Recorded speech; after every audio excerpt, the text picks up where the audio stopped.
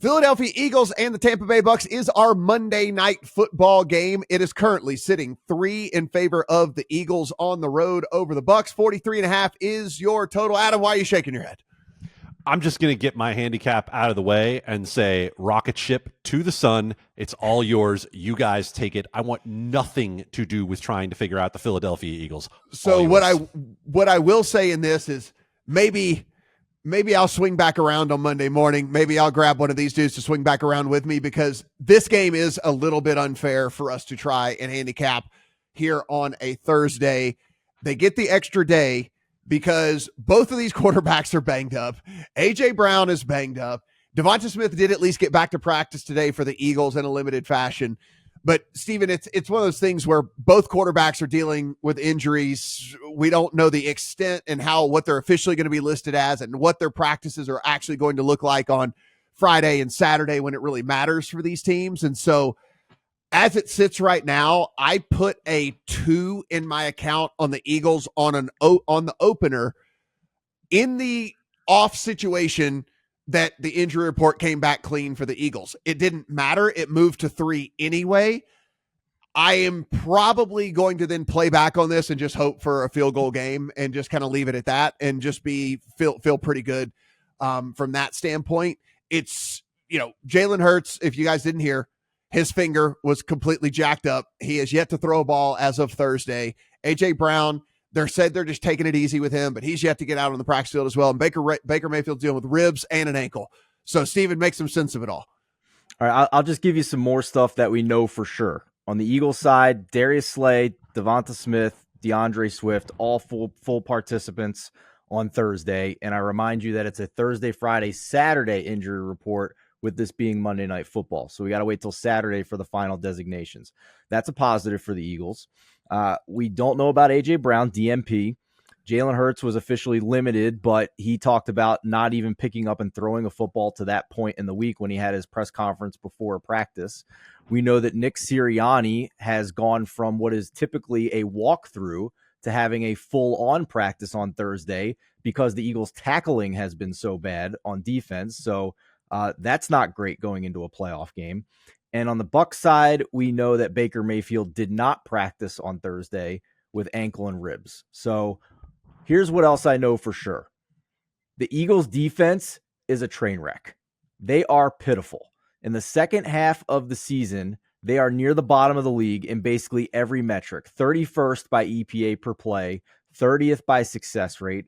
In the passing game, 28th by dropback EPA, and 29th by success rate.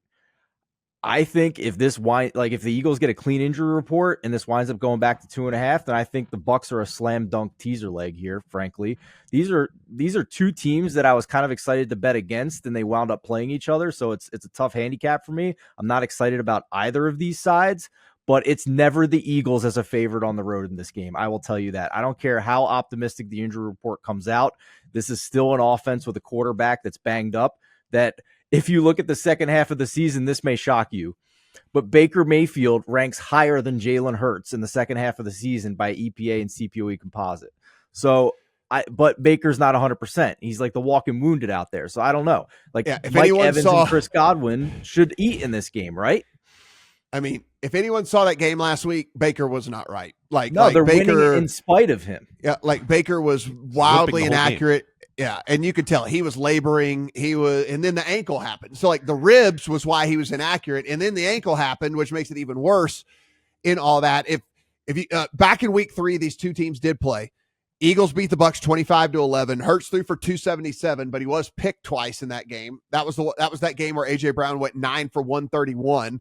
DeAndre Swift chipped in with 130 rushing yards, and Baker really, really struggled, weirdly enough, against a team that everybody has feasted on all year long. Baker only had 15 completions in the game. He only went for 146 yards. Tampa had 17 rush attempts for 41 yards in that game as well. Now, two different teams, obviously, as Philadelphia has certainly gone downhill over the course of the season. But even when Tampa was rocking and rolling and healthy at the beginning of the year, for whatever reason, they were unable to get something done against this Eagles squad. So I don't know, man. It's just, I have a hard time shaking because I was very financially invested in that game last week. I have a hard time getting over what I saw from Baker in that game. Like, he was bad. But let's also be sure to say that at this point, even with nothing to play for, the Panthers defense has a lot more talent, is better coached, and has looked a hell of a lot better than the Eagles defense for like weeks now. They gave up 26 to the dead Trevor Lawrence. Like, like I can only go so far with that with the Panthers, especially because, look, to Matt's point, Baker Mayfield was limping almost the entire game. Like, he looked absolutely just crippled by whatever had happened to him. And if you look at Tampa Bay, also against I'm not going to go totally against the Falcons here because that defense was respectable through a lot of the year. Yeah. They didn't do crap against the Falcons for 3.5 quarters either. Like, the last 2 weeks, this offense has not looked right for Tampa overall. And so I wouldn't immediately say, hey, they're going to go out there and be fine against a Philly team that's been weak, especially because Darius Slay is going to be back, and that is going to make some level of difference to Philadelphia. But my point overall is that you guys know I've been as bullish on Tampa Bay as anyone has been all season long. This ain't the spot for me. This just isn't it. Like, I have a hard time seeing Tampa Bay's path in this game. That said, I just told you guys a minute ago, rocket ship, because if you think I'm going to get fooled by Philadelphia at this point of the year, you are entirely wrong. Yeah.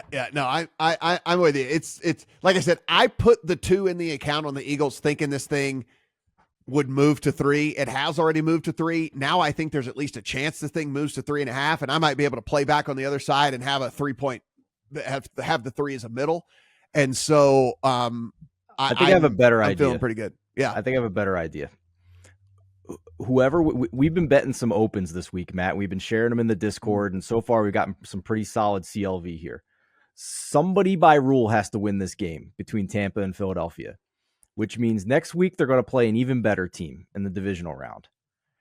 I can't imagine there's going to be an appetite to bet either Philly or Tampa when this market opens. Like, this almost is like foretold that their opponent is going to get bet early in the week. So stay tuned to the free Discord of lines.com, because I am going to be mouth-watering to just bet against whoever wins this game when that market opens next week, because I can't see how I'm going to want to bet the Philly or Tampa coming out of this game. Just keep something in mind. Keep something in mind with that. It's not the old days where the 2 seed gets the bye, right? Where you could kind of get screwed by Dallas. If Dallas has an injury or something like that. Like, I'm with you. Don't get me wrong. I'm with you that we want. I'm with you that we want to fade them. It just can't be a blind fade the same way that it would have been in the past.